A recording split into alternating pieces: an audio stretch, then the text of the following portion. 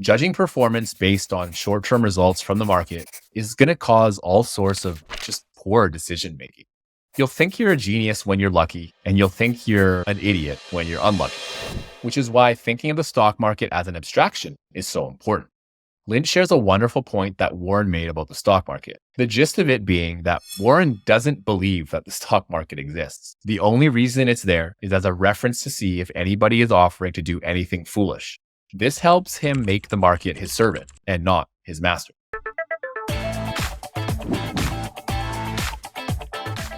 Today, we'll be discussing One Up on Wall Street, one of the most practical books on investing ever written. There are only a few investing books that I recommend to people who want to learn about investing. And One Up on Wall Street is always in my top 5. Why is that? It's practical. It gives plenty of detailed examples, and the information comes from a top-notch source, Peter Lynch, who has one of the most enviable track records in investing history. It's entertaining. Peter Lynch makes a traditionally dry subject like investing and adds his own humor and personality to make the book highly readable, funny, and relatable. And lastly, the advice is based on just sound and timeless investing principles. Even though the book was first published in 1989, it's still just as relevant today in 2024 as it was then. Now, even though the book is less than 300 pages, it's jam-packed with different investing information. So I've separated it into multiple thematic sections, which I'll share with you today. The first section I want to discuss is the essence of the book, which is the importance of simplicity. Investing is not a game where being trendy and ahead of the curve is required in order to succeed. Peter Lynch points out that many great investors, including himself, are technophobes, just like Warren Buffett. His advice is to buy what you know and understand. If you don't know or understand it, just don't buy it. You'll note that many of the examples he gives are very simple businesses. He talks about businesses like Dunkin' Donuts and Chrysler as businesses that he thinks that he can understand. When it comes to the internet back in the 90s, he admitted he didn't bother playing that game because without any expert help from his wife or kids, he couldn't even find the web. Now, this point about buying what you understand really is the essence of the book. I've shared this benefit before about being able to buy things that you really understand, and I've gotten some pushback from other people who say that everyday investors just can't compete with billion-dollar hedge funds who have access to billion-dollar information such as, satellite imagery of retail parking lots. The thought process here is that they can track foot traffic of their stores to get additional insights into a business that the general public just can't access. Now, while this is an interesting analytical tool, I can think of a pretty easy caveat. What about retailers inside of a mall? How does this analysis help you determine where they are going? An analyst in New York isn't going to understand how busy a store inside of a mall is going to be on the West Coast. And even if they could determine that, there are other barriers for larger investors that don't exist for retail investors, which we'll cover a little bit more later in this episode. Lynch takes further aim at Wall Street, saying that there's an unwritten rule on Wall Street. If you don't understand it, then put your life savings into it. Shun the enterprises around the corner, which can at least be observed, and seek out the one that manufactures an incomprehensible product. His point is that too many investors, whether on Wall Street or your next door neighbor, invest in businesses whose products they barely understand. And then they wonder why they lose so much money in investments. This is one of the hard parts of investing, the interplay between fundamentals, price appreciation, momentum, and appraisal. For instance, you can have a business where the fundamentals can increase, price could skyrocket, generating even more momentum. But often, the appraisal of the business becomes just too euphoric. Look at Zoom Video. Revenue and operating income were exploding between 2020 and 2022. Revenue CAGR during this time was 156%, and operating CAGR at this time was a ridiculous 812%. So the fundamentals were increasing, and so was the stock price. But how well did investors understand the business? Were they buying it because they had insights into Zoom's competitive advantage? Or were they buying it because the stock price was going up? My assumption is the latter. Since its all-time high, it has been at a 90% drawdown. In 2020, the market appraised this business at a 1,600 times EV to EBIT multiple. That's right, 1,600 times. Today, it's 15.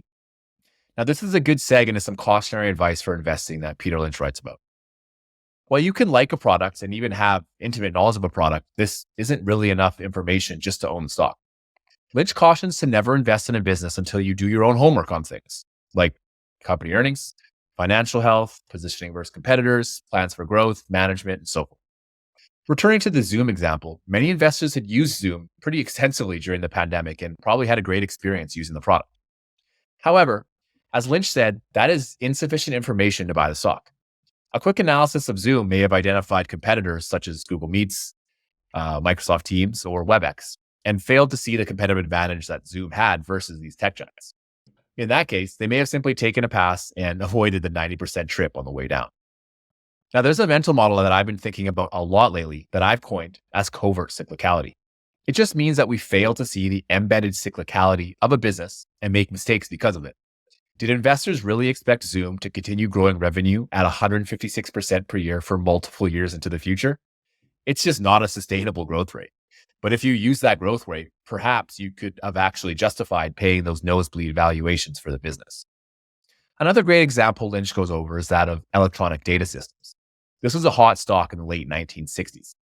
But when Peter saw a brokerage report on the business, his jaw dropped. It had a PE of 500. This meant it would take 5 centuries to make back your investment if EDS earnings remained constant.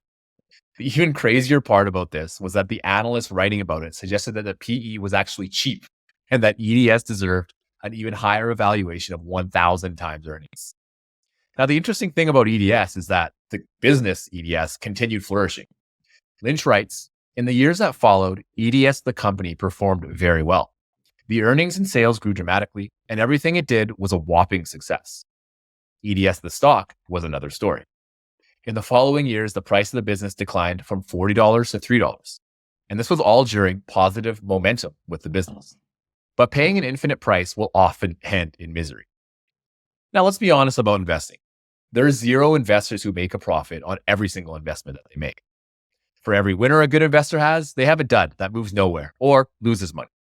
But the fascinating part about investing is that even though you won't be right 100% of the time, you can still be wildly successful. Peter mentioned that he's observed that you only really need 6 out of 10 winners in a portfolio to produce satisfactory returns. Now, there are very few jobs in this world where you can be unsuccessful 40% of the time and still be considered competent, but investing is one of them. Now, the key here is to think of 2 profound words, which are frequency and magnitude. You'll have a frequency of how often you're right or wrong, but the frequency isn't actually what matters most. It's the magnitude of what you make when you win and what you lose when you lose that matters the most. George Soros said, it's not whether you're right or wrong, but how much you make when you're right and how much you lose when you're wrong. He is directly talking about frequency and magnitude here.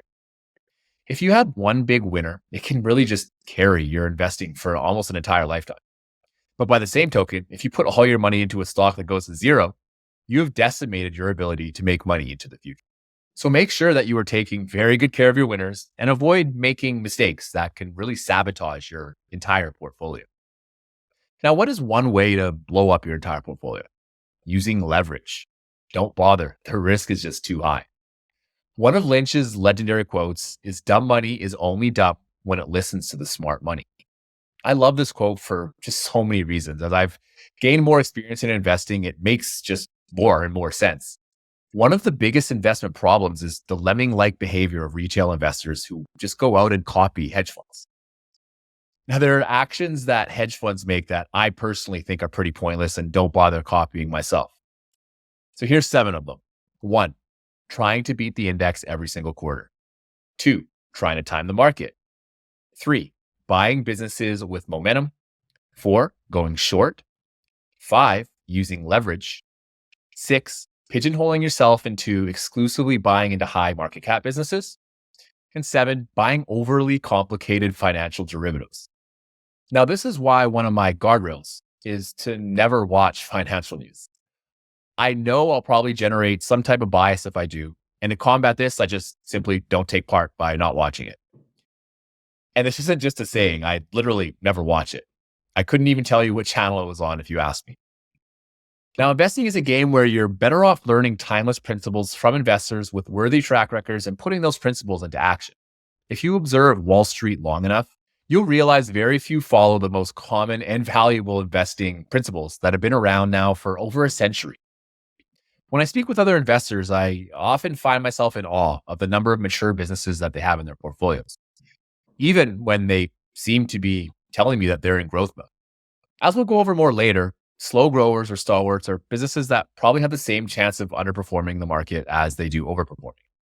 So if you aim to make outsized returns, you are kind of misaligned if you own too many of these businesses.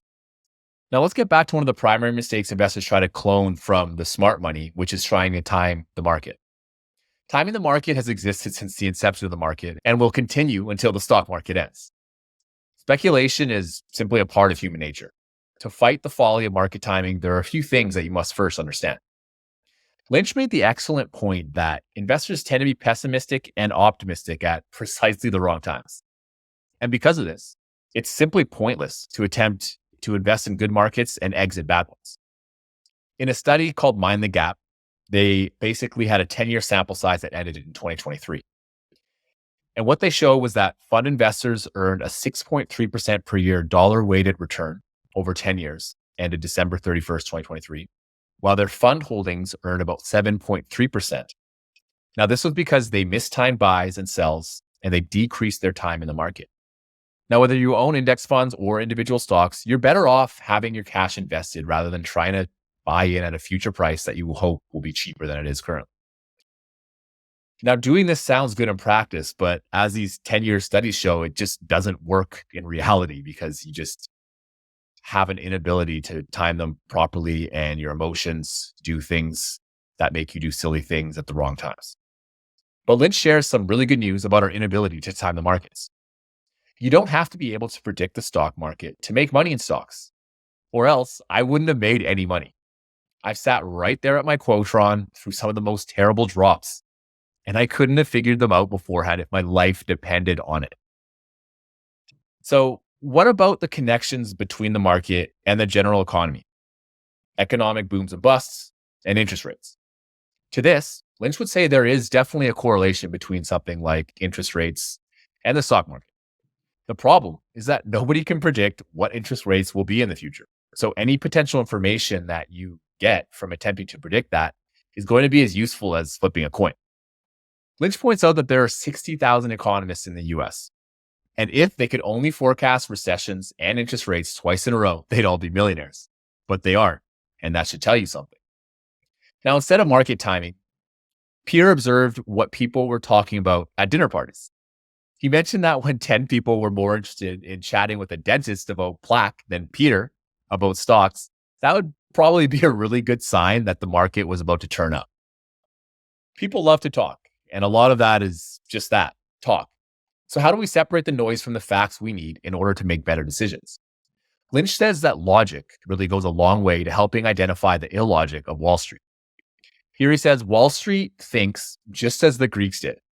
The early Greeks used to sit around for days and debate how many teeth a horse had.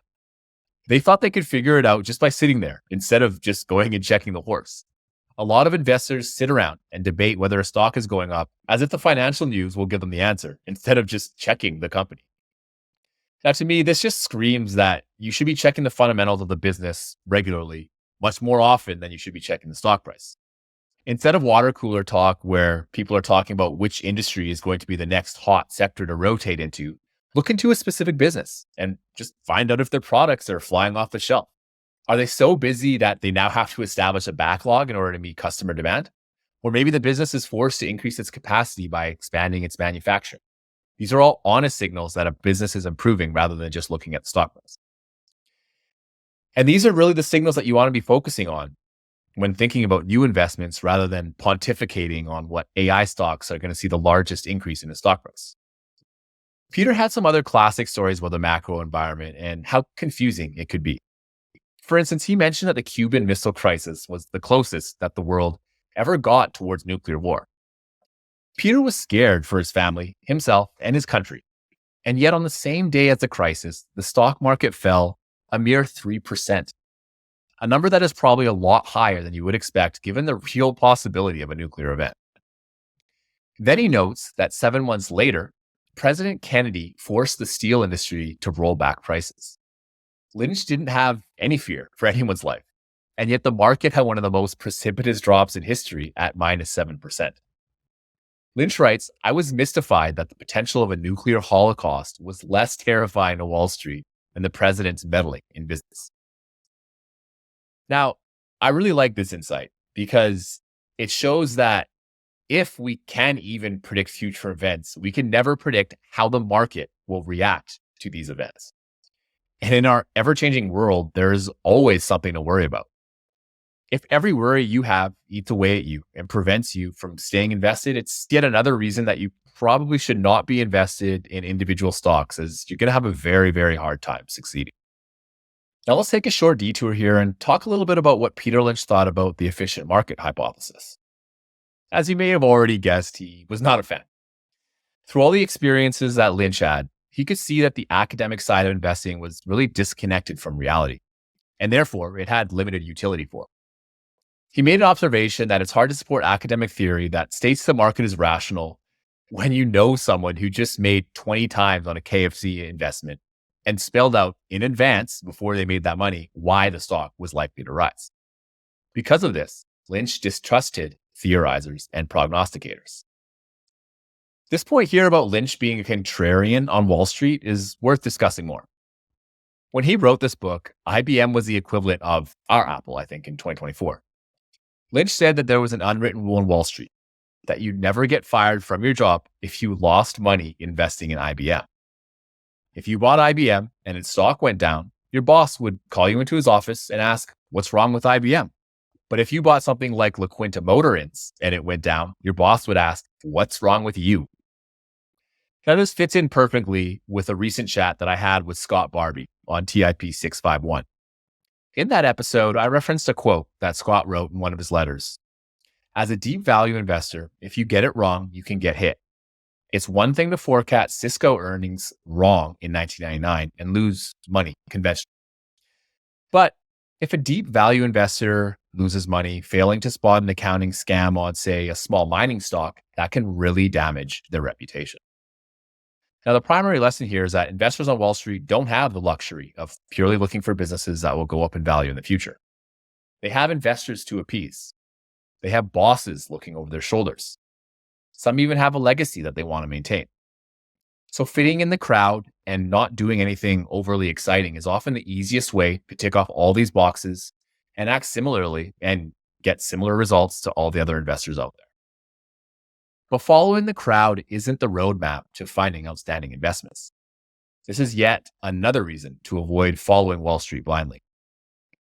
On the other side of things, being a contrarian doesn't mean you should also be shorting stocks that are currently popular on Wall Street, as Lynch outlines. For him, a true contrarian is an investor who waits for those incredible companies until Wall Street and other investors no longer care about them. If you bring up a name that makes other investors yawn, you're on the right track. Now, this has all sorts of second order effects. 1, these businesses have very little institutional interest. 2, they will tend to lack much, if any, institutional ownership. And 3, unloved investments often carry a heavily discounted price. Now, the best part of all of this is that these businesses often have incredible products that are in high demand. This can spell reasonable and sustainable growth that is heavily discounted by the market, but not necessarily discounted in heavily followed stocks. I own a business that shall remain unnamed that does a great job of exemplifying some of this. I've owned it for a year now. When I bought it, it was selling at a trailing PE of around 8, but it had just doubled its operating cash flow quarter over quarter. Now, not only were the fundamentals shown in the financial statements, but they also had some really big, audacious goals and plans for the future that they released in their presentations. And the thing that was really interesting was that up to that point, they were executing at a very high level. And even today, a year later, still haven't sold any of my shares, and the business continues to execute. The business is now trading at a forward PE of about 20 times, with recurring revenue now making up 88% of its total revenue. So you could say it's much more fairly valued now. But even with the business growing almost 200% year to date, the business is only valued at a market cap of about $160 million. Now, if we took the same business that I'm talking about here, multiplied its market cap by, 10 or 20, and therefore would probably also have many, many people on Wall Street knowing about it, there's no chance that I ever would have been able to buy it at a PE of 8. It might be at a PE of something like 40 or maybe even more. Now, this is why the contrarian move is to look for businesses that barely anybody is talking about. You'll find hidden gems that Wall Street will once again fall in love with at a later date. And then you'll have your multi-bagger returns. The following section I want to discuss is investing in the types of business I listed above. It's not for everyone. Small businesses definitely do have a bad reputation. For every winner you see in the microcap market, the expectation is that there will be a bunch of zeros. And I don't necessarily disagree with this, although I think a lot of the negative bias is just that, bias. Whether a business is 10 million or 10 billion in market cap doesn't mean the business is much different. It's just operating at different scales. They still have management, production, offices, customers, suppliers, a board, capital allocation decisions, and so forth. To say a smaller business is more dangerous than a bigger one is like saying a two-seater car is more dangerous to drive than a minivan. Now, the primary difference of investing in smaller businesses is the amount of easily and accessible information. If you want to learn more about Google, you can access many years of conference calls and transcripts as well as analyst reports. Or if you have some decent connections, you can find a specialist in the industry to talk to learn more about the business, how it's positioned versus competitors, and the industry in general. With smaller businesses, you don't always have access to any of this information. They might not have quarterly calls because they have little or zero interest from analysts. There are zero analyst reports to learn information from. And finding anyone who's even heard of the business is going to be a challenge. And often, some of these businesses don't even have IR sites or have any types of presentations. But investing is a solitary game where if you are willing to do the work and form your own opinion, you can find some insanely undiscovered gems. We should never strive to borrow conviction from others anyways, nor should we rely on the opinion of others to validate our own. Ralph Waldo Emerson, who had a large influence on Buffett's father, explained this better than I ever could. It is easy in the world to live after the world's opinion. It is easy in solitude to live after our own. But the great man is he who in the midst of the crowd keeps with perfect sweetness the independence of solitude. If you want to learn about any business, large or small, you should try to talk to people in the business, its customers, suppliers, former employees, and competitors to best shape your own opinion. The final point here on smaller businesses that Lynch points out is why some of these businesses are underfollowed in the first place. The simple reason is regulatory reasons. Institutions are mandated to be able to easily move in and out of a stock. And in order for that to happen, there often has to be market cap restrictions that must be met until a business is available for purchase by institutions. Lynch mentions $100 million in market cap, which still seems like the magic number today in 2024. Now, let's say a business trades at a market cap of $50 million. Very few institutions will bother with this business as they can't even own it in the fund if they wanted to. But now let's say over a short period of time, the business appreciates in price to $100 million. Now funds can buy in. Lynch notes that this results in a strange phenomenon. Large funds are allowed to buy shares in small companies only when the shares are no bargain. You have to decide if investing in smaller businesses is right for you. There are no shortcuts in investing. But no matter what market cap you want to eventually own, you'll need some sort of framework to help you find the company in the first place. And this is where One Up on Wall Street really shines. Peter Lynch says the best place to start looking for multi-bagger stocks, which are stocks that can double in price or more, is close to home. You can literally start in your own home.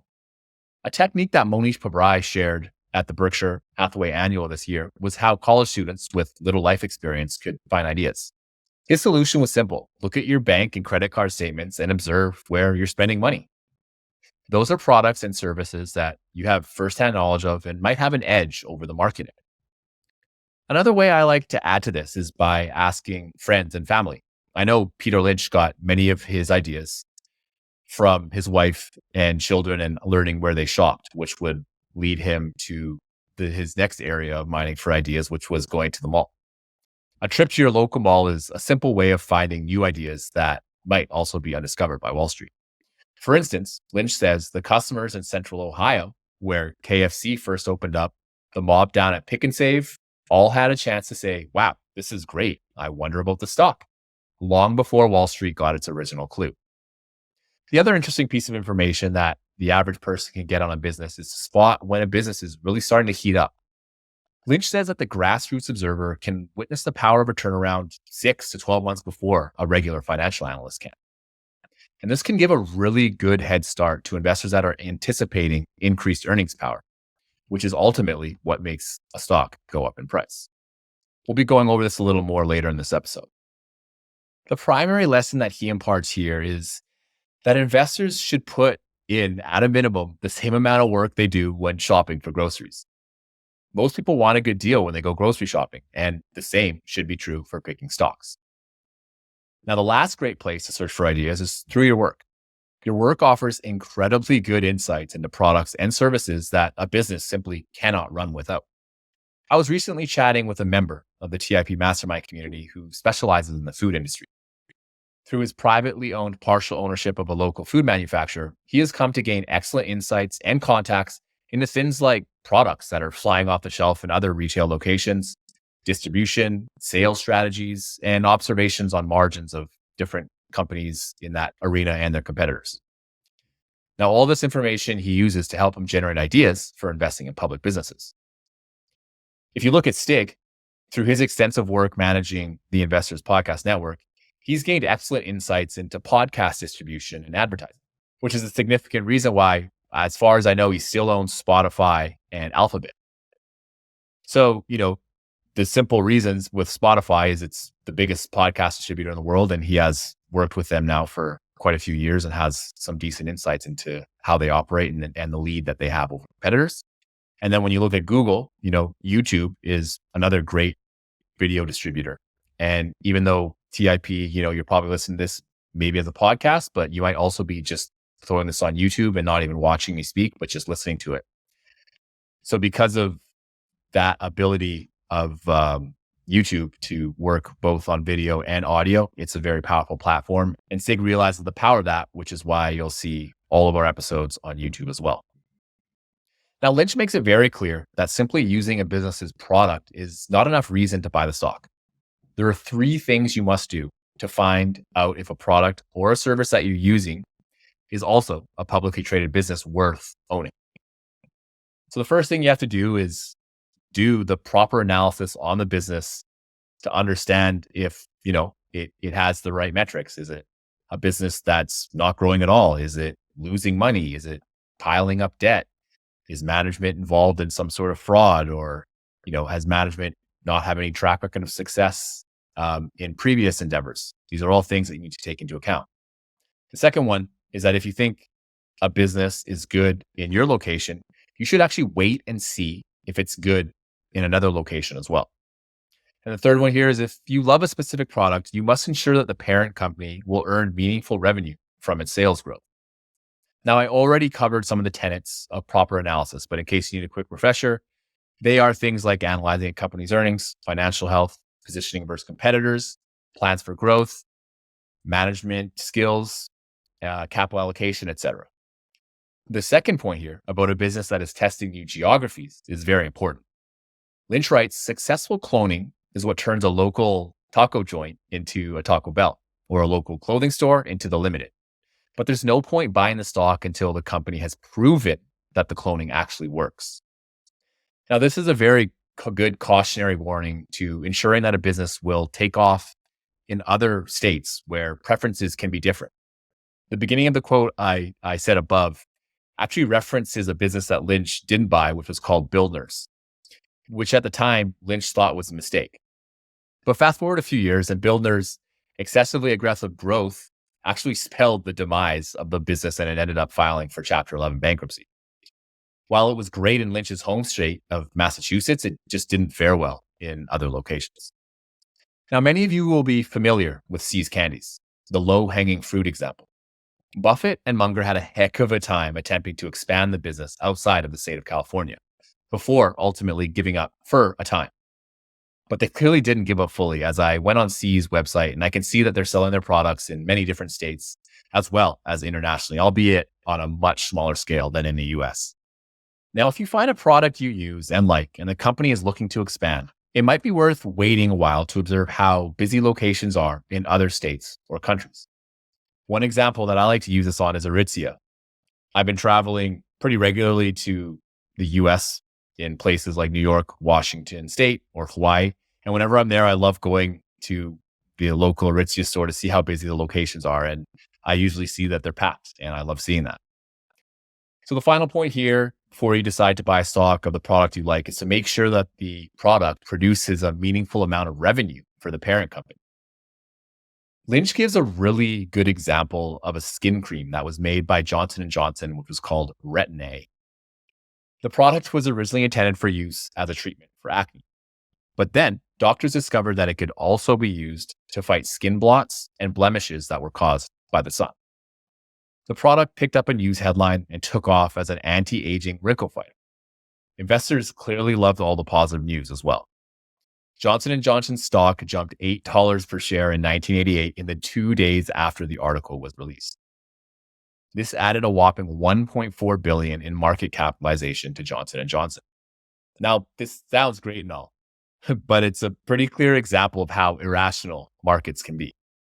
When looking at the previous year's sales of Retin-A, they were readily available, and the product only brought in $30 million of revenue. And to boot, Johnson & Johnson was still under review from the FDA on the new claims that were featured in this news article. So when it came down to it, Retin-A product was really a nothing burger for the overall movement of Johnson & Johnson's intrinsic value. Unfortunately, many of the great brands that you probably use on a daily basis are just a small part of large conglomerates. The deodorant I use is part of Procter & Gamble. My toothpaste is part of Haleon PLC, which also owns Advil and Centrum. One of my favorite condiments, Heinz ketchup, is owned by the Kraft Heinz company. So because of that reason, not everything that you use on a daily basis will actually make a rational investment. But keep searching, because there definitely are many winners out there that can move the needle. Peter mentions something significant in how investors should think about the stock market. Judging performance based on short-term results from the market is going to cause all sorts of just poor decision making. You'll think you're a genius when you're lucky, and you'll think you're an idiot when you're unlucky, which is why thinking of the stock market as an abstraction is so important. Lynch shares a wonderful point that Warren made about the stock market. The gist of it being that Warren doesn't believe that the stock market exists. The only reason it's there is as a reference to see if anybody is offering to do anything foolish. This helps him make the market his servant and not his master. In the Warren Buffett way, Robert Hagstrom shares some more information on this. For Buffett, stocks are an abstraction. He doesn't think in terms of market theories, macroeconomic concepts, or even sector trends. He makes investment decisions based only on how a business operates. And this is really just a beautiful way to invest and think about the stock market. It helps you focus on the business and eliminates a large amount of noise out there that's just screaming at you to make poor decisions. Now, on the topic of poor decisions, many investors are overweighting stock tips. Luckily, Peter Lynch has some excellent advice on how we should treat this type of advice. He has two primary pieces of advice. One, you can listen to stock tips, but treat them as anonymous pitches that are delivered to your mailbox. And two, avoid the opinions of others on the stocks that you already own. Now, he lists some very good reasons to treat advice and opinions this way. For stock tips, people will be biased towards the people that are giving them a tip. He gives two really good examples. One being when a hypothetical family member you have who is buying a specific stock shares the name with you and also happens to be rich. When you associate the two, you may erroneously assume that the stock they're sharing with you will also make you rich. Second is if you were to get a tip from someone in the past that had a double in a short time. Now, let's say that person is buying another stock, which prompts you to believe that a similar result is going to happen with this new idea. Now, you can obviously tell there's going to be tons of problems with this. One person could have a stock that doubled and they could have 50 that went down 50%. So this just is not a good way of taking stock tips. So treat stock tips like you would treat a new product that you are really enjoying. Make it a lead to allow you to do your own research and due diligence, but never a justification to blindly buy a stock. Now, equally as painful as stock tips is relying on the opinions of others on businesses that you already own that can just cause you to do just some very silly things. Lynch gives a really good example on Warner. So Lynch received a call from a technical analyst on Warner. Now, Peter was not a technical-based investor at any point of his career that I'm aware of. But out of curiosity, he asked this analyst his opinion on Warner. The analyst told him the technicals were showing that the stock price was extremely overextended. Lynch did nothing with his advice for 6 months, which was probably the right move. But during that time, Warner had continued to increase in price, going from $26 all the way up to $32. The little voice in Peter Lynch's head was telling him that if the business had been extended at 26, then 32 was likely to be extremely overextended. Lynch checked the fundamentals of the business, and nothing had changed to erode his conviction. So he held on. Then the stock went up to $38. And then he writes here, for no conscious reason, I began a major sell program. I must have decided that whatever was extended at 26 and hyperextended at 32 had surely been stretched into 3 prefixes at $38. Now, luckily, this is a type 2 error where you aren't necessarily hurt by the decision in terms of losing money, but you're definitely pained by what could have been. And after Peter had sold Warner, it marched up to over $180. Now, this is a lesson in self-reliance and really making your own decisions. The more you talk about your ideas with others, the more opinions you're likely to run into. While some opinions may agree with you, there will be ones that disagree with you as well. I personally find the opinions of people that disagree with me to be highly valuable, as sometimes others have a different perspective than I do regarding a business, and I think it's up to me to find out if I could be wrong about my current assumptions. The key is to be open about being wrong and attempting to really get to the truth. Just understand that there may be times when everyone thinks you're wrong when you are actually right. And in those times is where the best investing opportunities lie. But you can see the difficulty in being one of the very few people who is thinking completely different than everyone else. This is why it's vital to come up with your own views and then adjust them based on your own findings and not on the biases of other people. Hey guys, it's Clay Fink here, host of We Study Billionaires. If you're like me and enjoy listening to podcasts, then you'd probably enjoy listening to audiobooks as well. Whether it's when I'm doing the dishes, going on a walk, or driving to the gym, audiobooks are such a great way to continue on this journey of lifelong learning. And if you haven't signed up for Audible yet and you'd like to support We Study Billionaires, I'd encourage you to use our affiliate link and start accelerating your learning journey today. Also, if you haven't read my co-host William Green's wonderful book, Richer, Wiser, Happier, I'd encourage you to start with that one. Immediately after you sign up for your Audible subscription, you can start listening to William's book for free. Some of my other favorite investing books include 100 Baggers by Chris Mayer, The Joys of Compounding by Gautam Bade, and Same as Ever by Morgan Housel, all of which have been previous guests on the podcast. To sign up for Audible and to support We Study Billionaires, you can head to theinvestorspodcast.com/audible. That is theinvestorspodcast.com/audible. We appreciate you supporting We Study Billionaires. One of my favorite aspects about investing is that if you find the right business, the decision to sell becomes very difficult. Let's go over 13 of the characteristics of stocks that are worth holding on to for long periods, according to Peter Lynch. 1, it sounds dull, or even better, ridiculous. 2, it does something dull. 3, it does something disagreeable. 4, it's a spinoff. 5, institutions don't own it and analysts don't follow it. Look for low institutional ownership. Now, I've covered this already, but I will add that Lynch felt the dream of a great investment would be where the business has never had an analyst inquire about it, or if analysts would deny even knowing about it. He said, when I talk to a company that tells me the last analyst showed up 3 years ago, I can hardly contain my enthusiasm. 6, the rumors abound. It's involved in things such as toxic waste, dirty things like garbage, and or the mafia. 7, there's something depressing about it. 8, it's in a no-growth industry. 9, it's got a niche. 10, people have to keep buying it. 11, it's a user of technology. 12, the insiders are buyers. And 13, the company is buying back shares. Now, instead of breaking down each of these points individually, I thought I'd go over a business I've recently been researching and own a small stake in. This is Natural Resource Partners. Using the characteristics above, it ticks many of these qualities. The simple name, Natural Resource Partners, is pretty dull and boring sounding to me. Now, it's a royalty business on mineral rights and has a partnership on a soda ash mine. So it kind of ticks that dull in terms of the business model. It has mineral rights that are primarily involved in coal, which has a very negative association these days due to the carbon footprint of coal. It does have institutional ownership, but the coal exposure is a major turnoff for many other institutions. They are in the coal industry, which is unlikely to see significant growth due to all these different renewable initiatives out there.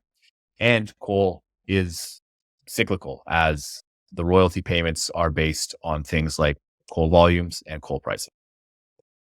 Now, the business definitely has some niche characteristics, especially in terms of their carbon neutral initiatives. Now, this is kind of a future call option on carbon sequestration. Some of NRP's property is permitted to store the carbon, which is very powerful, as you can't just put it anywhere that you want. Now, in terms of having a product that is needed, I think thermal coal will eventually be phased out, but that's going to be in many, many decades from now. But met coal is required for the manufacturing of steel, which is very unlikely to disappear anytime soon because steel is very important in infrastructure. And as countries like China and India grow their infrastructure out, the need for steel is going to continue to be there. In terms of insider buying, NRP has had insiders buying, and as late as 2023 at prices that are just about 14% below the prices as of August 22nd, 2024. Now, the business isn't currently buying back shares because their primary goal right now is to pay down debt and retire the preferred shares. But after that point, they have signaled that they will have significant free cash flows, and buybacks will be one way that they can return that cash flow back to shareholders. So this business has many characteristics of a good business, which is what got me interested in it in the first place. That time will tell how that plays out. Now, another point Peter points out to avoid buying the wrong stocks are threefold. One, avoid buying the hottest stock in the hottest industry. Two, avoid buying businesses that are getting the most publicity. And three, avoid stocks that everyone is talking about, such as your family, friends, colleagues, Uber drivers, shoe shiners, etc. Now that we know some of the attributes of a good stock, the next step is to understand why a stock changes in price. Now, I've seen pushback on the emphasis that I personally place on earnings for stocks that go up in price, but I'll stick with my guns. And I know Lynch agrees that it does all come down to earnings. Throughout the books, he gives plenty of charts that show stock price and earnings. And while the price does fluctuate in short periods, over the long term, if a business is earning more money per share in, say, 5 years than it is today, the stock price will reflect it. Sure, if you look at shorter periods, you will see earnings go up and the price go down for various reasons. But it's very infrequent to see a business with much higher earnings that doesn't also get an increased stock price. When looking at the price of stocks, Peter Lynch generally will give preference to businesses that are trading at a higher PE with higher growth than a lower PE with low growth. Let's go over an example of why this is. Let's say we have two companies, which we'll call just Company A and Company B. They both start with $1 in earnings per share, EPS. Company A is growing EPS at 20% and starts with a PE multiple of 20 times, while Company B is growing EPS at 10% and has a PE multiple of 10 times. Now let's assume these businesses continue growing at these historical rates into the future. Which one would you choose? The value investor in you might choose the 10 times PE just because it's cheaper. But if you were looking to maximize your returns, this would actually be the wrong answer. You'd want Company A. By the end of 10 years, Company A now has an EPS of $6.19 versus an EPS of $2.59 for Company B. At the same PE, Company A is worth $123.80 versus an original price of $20. And Company B is now worth $25.90 versus the original price of $10. Now, you don't need to be a mathematician here to see that Company A is a superior investment. Now, this is just the magic of compounding. If you find a business that can plow its earnings back into its business at high rates of return, you can expect it to continue to rise in value faster than a different business with lower rates of return. Peter Lynch gave Walmart as an example of a successful compounder where Walmart could plow all of its money back into the business and just open new Walmart stores. Now, part of investing is knowing what not to invest in as well as what you should be investing in. So let's look at some other red flags and potential investments that might immediately let you skip an investment and conserve your time. So the first thing here is the next something. For instance, many tech stocks in Lynch's time were touted as the next IBM. And most of these businesses failed miserably, as did IBM, due to increased competition. The next is to avoid diversification. So you'll probably know the diversification concept from Peter Lynch, where he said that you don't want to make your portfolio worse by selling your really good stocks to buy more of your really bad stocks. But in this sense, he's actually looking at it in terms of the business level. And he says that a lot of businesses will use their cash to engage in M&A. And unfortunately, a lot of businesses engage in M&A the wrong way, where they're buying businesses that are outside of their core competencies. The next error here is whisper stocks.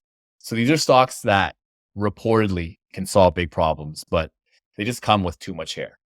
As Lynch points out, the solution is often overly complicated and very imaginative. I assume he called these the whisper stocks because they're stocks that people didn't want to necessarily talk about out loud because maybe they're just too speculative. Beware of over concentration. This can be heavily concentrated on suppliers or customers. So this really reminds me of the early days of Nike when they had to rely on basically one supplier, and they ended up having a lot of issues with this one supplier, which almost ended the business before it even took off. But they ended up getting through and diversifying their suppliers.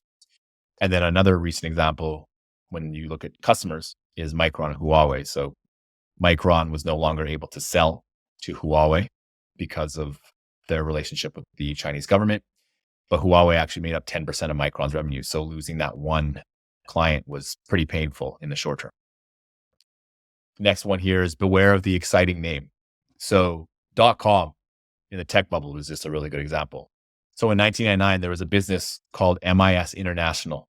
Now this business basically didn't have any customers and didn't have any profits. Its stock was trading below 50 cents a share. The firm then decided to change its name to jump on the internet bandwagon, and they settled on cosmos.com. The stock almost immediately soared to $5. So here are a few more red flags focused on a business's financial health that can be easily analyzed to better understand whether a business you are looking at is healthy or not. So using book value to determine whether a business is valuable.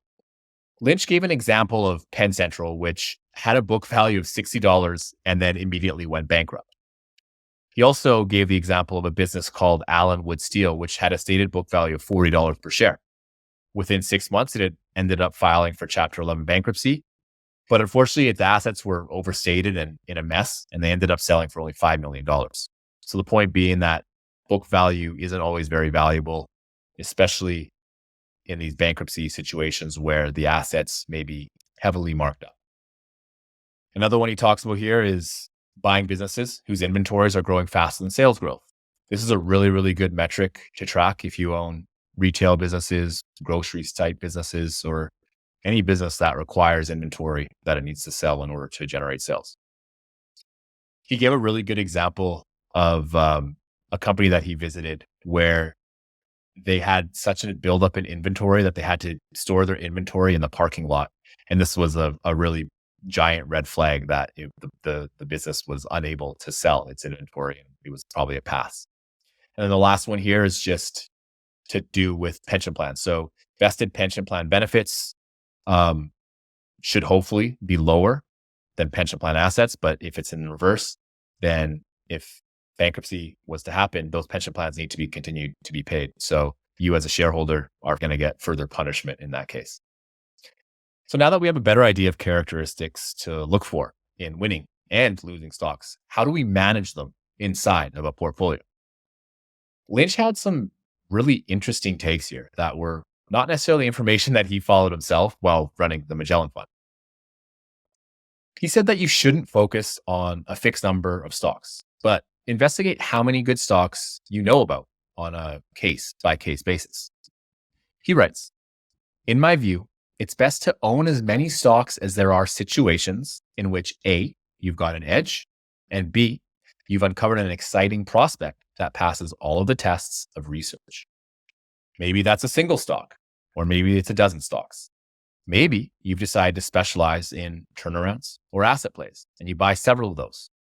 Or perhaps you happen to know something special about a single turnaround or a single asset play. There's no use diversifying into unknown companies just for the sake of diversity. A foolish diversity is the hobgoblin of small investors. Now, I like this thoughtful view here on diversity, but I also think if you were to follow this advice closely, you'd realize that you'd have very few ideas that satisfy his 2 points on having an edge and where the business passes all research tests. For the average person with a lot of time, even 20 ideas seems like it's probably pushing it, but it's probably doable. But when you factor in a full-time job, I think 20 becomes a pretty tough number to handle. Now, you might have an edge in many different businesses in a specific industry, but the time needed to best understand each of those businesses is finite. So it's up to the individual investor to determine how much time is required for the research process and then to allocate time to potential and current positions. The more positions you have, the less time you can spend on each one. So just keep that in mind when thinking about your own diversification. If you truly don't have time or don't want to bother understanding businesses at the depth that I've discussed in this episode, I think you're probably best off indexing. And there's nothing wrong with it. All the work that I just mentioned, that I mentioned throughout this episode, can be ignored while you get to make market-like returns. Additionally, since our audience is wide in terms of age and experience, it's worth mentioning how diversification changes as you get older. Lynch points out that younger investors with a lifetime of wage earning potential can afford to take more chances on multi-baggers because any potential losses can be made up through savings going on into the future. But as you age and your wage earning years get closer and closer to zero, that same strategy becomes overly risky. Additionally, older investors who are no longer earning a wage may require income from the portfolio to pay for their living expenses.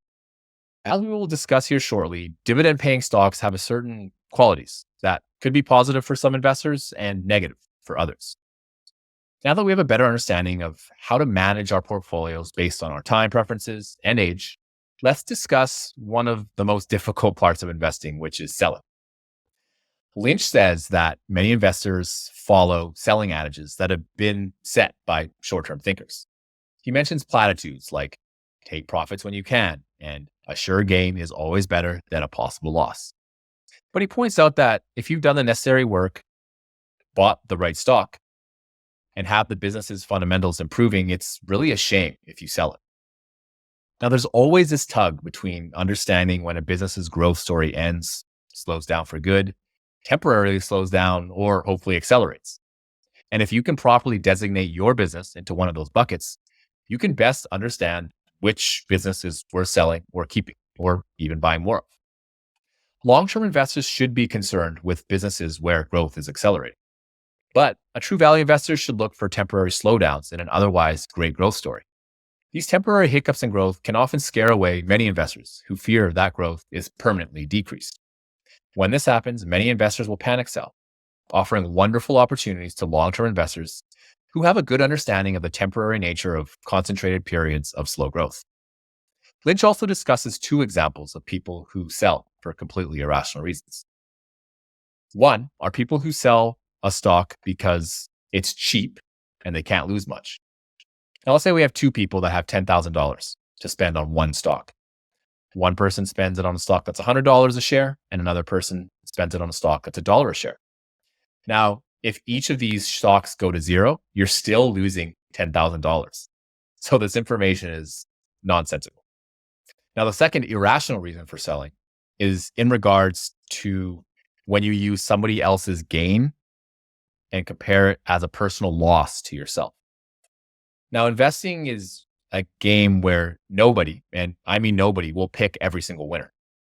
So you don't want to be FOMOing into a business where future success is heavily baked into the price just because you weren't early enough. There will always be another opportunity out there that is the right fit for you. If you're comparing yourself to others, you're just constantly going to be letting yourself down. It's also worth noting that Lynch found that many of his big winners languished in the unknown for multiple years before eventually becoming multi-baggers. So just realize that even while a business is improving, the market may not see it as quickly as you do. Be patient, because once the business starts generating higher and higher profits, it will reward the shareholders of that business with a higher share price, more in line with the intrinsic value of the business. Now, the final section I want to discuss on Lynch's book here is the categories for his 6 types of investments. They are 1, slow growers, 2, stalwarts, 3, cyclicals, 4, fast growers, 5, turnarounds, and 6, asset plays. The reason he separated the stocks into these categories is because he understood that you can't treat investments that are completely different in terms of value and growth the same. He wrote, "There's no point in treating a young company with the potential of a Walmart like a stalwart and selling for a 50% gain when there's a really good chance that your fast grower will give you a 1,000% gain. On the other hand, if Ralston Purina already has doubled and the fundamentals look unexciting, you're probably pretty crazy to hold on to it with the same hope. But if you buy Bristol Myers for a good price, it's reasonable to think that you might put it away and forget about it for 20 years. But you wouldn't want to forget about Texas Air. Shaky companies in cyclical industries are not the ones you sleep on through recessions." Now let's go over each category. Slow growers are businesses that are likely to grow a little faster than GDP growth. Think of businesses today like Ford, Procter & Gamble, utilities, and you're definitely on the right track. These are businesses that many investors like because they pay a steady and growing dividend and have pretty stable earnings. And, they do have competitive advantages. Peter noted that he liked businesses in slow growing industries because you could still find some quality growth businesses in these industries that would have very, very little competition. Now, the next category is stalwarts, which I see as businesses with a lot of similar qualities to the slow growers, but have a few additional percentage points of growth. He says you can expect stalwarts to grow earnings in the 10 to 12% range. A few American businesses that fit this model would be ResMed, TriPoint Homes, Wesco International, United Health Group, and American Tower. Stalwarts will also tend to pay a dividend, but there are downsides to paying a dividend. The less money a business can invest into itself, the lower the compounding will be. So if you are looking to maximize compounding, a low dividend is preferred. Another argument for dividends is that dividend-paying stocks have less downside during market corrections. At least during a correction, you will still get paid to hold the stock versus a business that pays no dividend. And another potential benefit Peter outlines is that it prevents the wrong business from spending money poorly on bad acquisitions. Lynch also makes a point on slow growers and stalwarts that they are unlikely to deliver multi-bagger results in a shorter period of time. They are now mature businesses, so you shouldn't expect to generate massive returns from these types of investments. But they are stable, and that is why he saw a place for them in his portfolio. The next type of investment was cyclicals. These are businesses where sales and profits could rise and fall in regular, if not predictable fashion. Think of commodities and you're on the right track. The point being here is that if you understood a cyclical well, you could buy it at the bottom of the cycle and sell it at the top of the cycle. Now, some investors have made a career out of this and some fail miserably. I would add that if you don't have very good insights and the ability to understand the nuances of when the cycle is going to turn, you can get very burned. But if you do understand the cycles, you can ride the twin engines of growth in earnings growth and multiple expansion that Chris Mayer has gone over. Now, the next category is fast growers. This was Lynch's favorite and mine. These are among my favorite investments. Small, aggressive, new enterprises that grow at 20 to 25% per year. If you choose wisely, this is our land of 10 to 40 baggers and even 200 baggers. With a small portfolio, one or two of these can make a career. He also mentions here that fast growers do not have to belong in a fast growing industry. Lynch actually preferred businesses growing fast in slow growing industries because it protected it from competition. A much discussed stock that we discuss here on TIP is Dino Polska. Despite the Polish grocery industry growing at a CAGR of only 6% from 2016 to 2022, Dino Polska's share price grew at a compounded annual growth rate of around 60% during that time period. Now, there are 3 keys on fast growers. 1, don't overpay. 2, don't forecast impossibly high growth for long periods of time into the future. And 3, understand the competitive landscape and why the business has advantages. If you ace those 3 things, you can identify some incredibly good investments. The next category are turnarounds, which are truly putrid businesses. Lynch writes, turnaround candidates have been battered, depressed, and often can barely drag themselves into Chapter 11. These aren't slow growers. These are no growers. These aren't cyclicals that rebound. These are potential fatalities.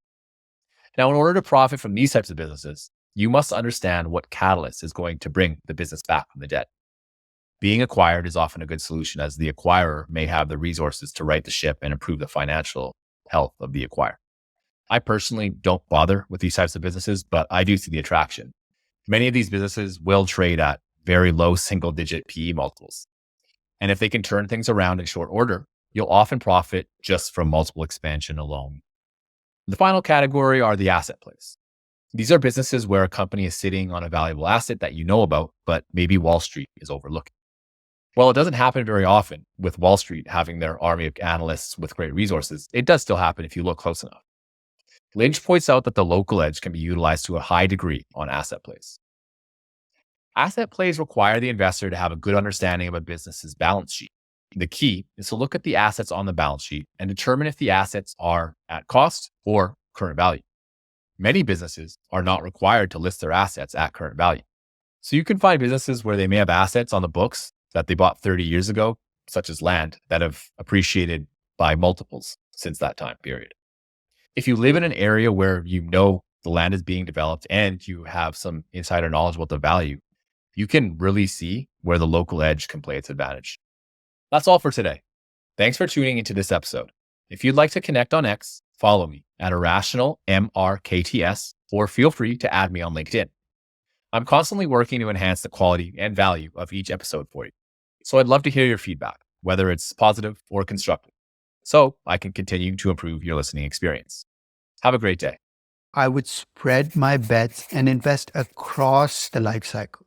Often people think about diversifying, they think about sectors and different sectors. I think about diversifying across a life cycle. I have young companies, mature companies, growing companies, and declining companies in my portfolio, all of which I bought driven by my investment philosophy, which is I want to buy something which trades at less than value. But I also want to get that spread across the life cycle in my portfolio because it gives me cover no matter what happens in the market.